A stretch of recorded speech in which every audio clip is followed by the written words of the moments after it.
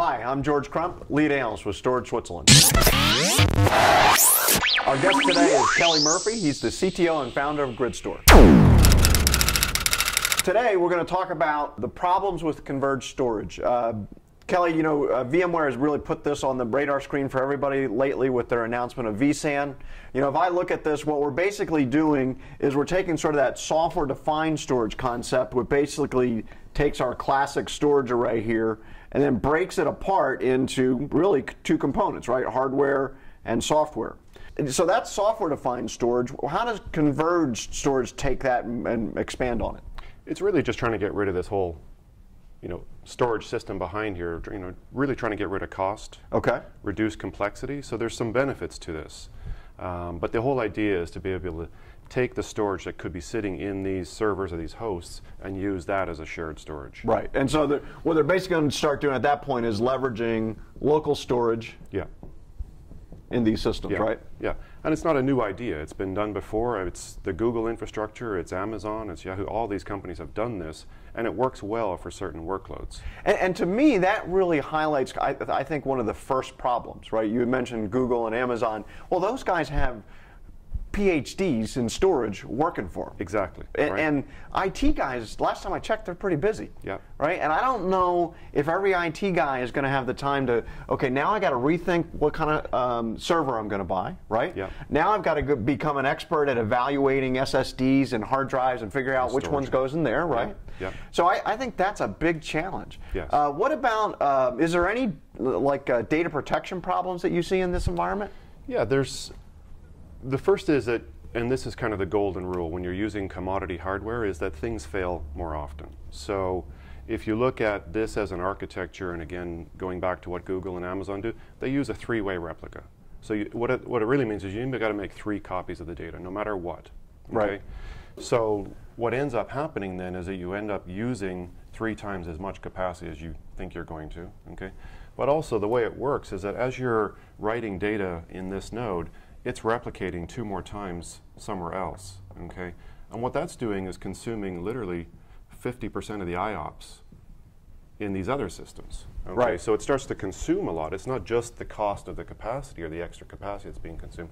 It's consuming IOPS that are available to this system. See, and you just touched on one of my pet peeves with these solutions is they sort of say, okay, we don't, and you kind of talked about it, right? We don't need this anymore. There's no network. Right. Well, unless there's magic involved, there's a network copying this stuff around. And there's a lot of network traffic. Yeah, okay? And so it's got to be a good network. Exactly. Right. Yes. Now, the other thing I see as a problem in these architectures is if I go to scale it or grow it, generally you grow things on typically 3 vectors, right? One is I'm out of capacity, right? The second is I'm out of performance, right? And then the third is I'm out of, in this case, would be I'm out of CPU performance. Yeah. Right? And the problem is if this is a new server, I'm adding all of those things at the same time. Exactly. And you're only needing to upgrade 1 parameter time. Is that right? It's actually worse than that. Okay. Right? This is why I kind of think it's a pretty bad idea, is the sense that if you look at historically, this is actually the reason that storage separated from servers, whatever, 20 plus years ago, is it grows at about 8 times the growth of workloads. Okay, so typically data centers, it's growing at 40, 50, maybe 60% a year. Workloads grow at about 6% a year. Okay, there's a huge difference. You've got one curve kind of growing like this, and another growing like this. Right. Okay, now take that delta there, right, and multiply that by 3 because of this 3-way replica. Right. Okay? So now you're growing your server infrastructure at the rate of storage times 3. Right. Well, and I think this just keeps going like this. Exactly. And I think the other challenge here is in that growth curve, what we see in virtual environments that we audit is CPU utilization is still not all that big of a deal, right? And so we're talking to people about putting more VMs on these servers, and right? if you think about what virtualization was all about in the first place, it was to rationalize the number of servers. Right. Okay, now you're growing them at 3 times the rate of storage. Right. It's just backwards. Right. So in theory, overall CPU utilization in this model could actually get worse. Could get a lot worse, yes. Yeah. Because when you start putting flash in here and you're trying to use that flash as a caching layer very aggressively, that consumes a lot of IOPS. If you're wasting half of those IOPS just to handle background replication, that's a lot of wasted resource that could be going to the VMs. Now, what I think is interesting about your guys' solution is you have a little bit of a blend in this approach. Why don't you walk us through how your architecture works? So the same idea of trying to utilize the server, because the smart thing or the good things about this infrastructure is convenience. Okay, when you put this in a simple package and you can just add them, that's nice. People like that simplicity. Okay, so one of the things that we do is we put a virtual controller up here. Okay, and behind this, in a grid architecture, we have an unlimited number of storage nodes that can sit up out here. In a single pool, that could be 250 nodes. Okay. These nodes, when you're actually writing data, actually you write to a set of nodes, or say 3 or 5 or whatever. Okay, and you offload the workload because you do the erasure coding up here. You spread it out. You write directly. They don't have to replicate data to each other. So there's nothing being wasted in these nodes. Okay? Right. Now, so the erasure coding or data protection, that's being processed up here. Correct. Right. And then, and also, as I recall, the communication between this node or this server and these drives is direct. Right. It's no hops.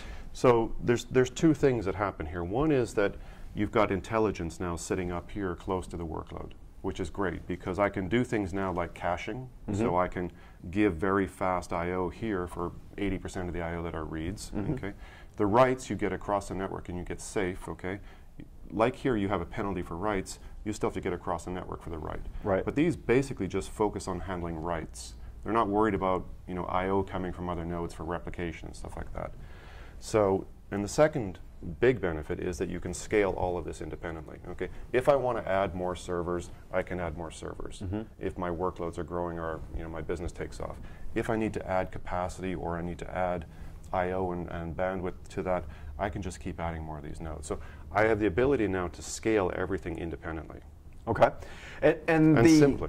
Yeah, well, I think it makes a lot of sense. And now now we talked about the 3x requirement in capacity. What do I have down here?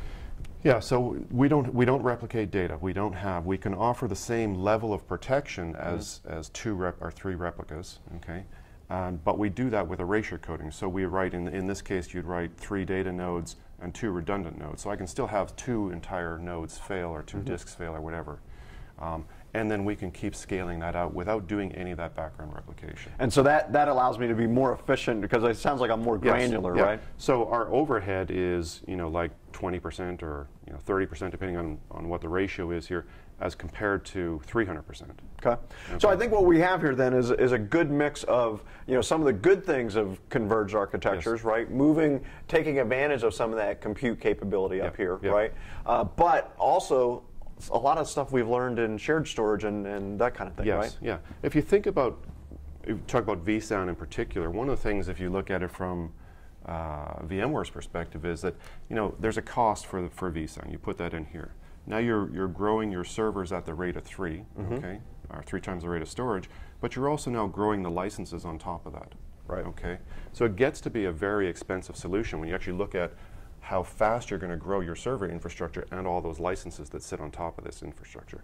So here you've got a much more efficient way, much more economical way to actually scale both layers.